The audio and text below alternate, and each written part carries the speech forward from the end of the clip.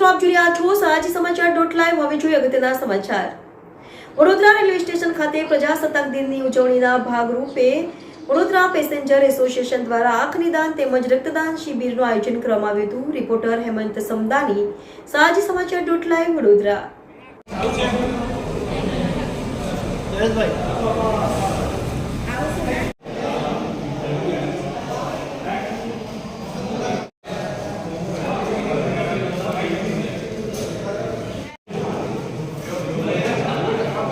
સાંભળ, હવે એવું કે છે આ બધા આપણે ગ્રુપનું જે કલેક્શન છે ને એ ફોર્મ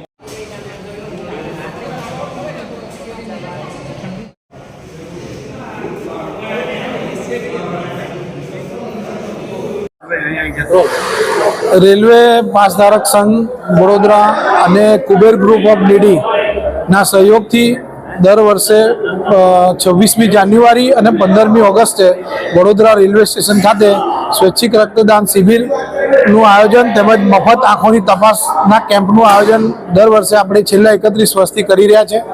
આજે 26મી જાન્યુઆરી પ્રજાસત્તાક દિવસ છે, એ પ્રસંગે આપણે રક્તદાન શિબિરનું આયોજન કર્યું છે, જેમાં 50થી ઉપરાંત રક્તદાતાઓએ પોતાનું રક્તદાન કર્યું છે।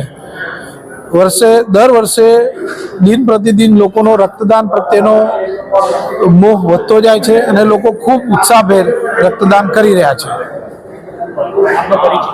Omkarnath Tiwari, president railway passenger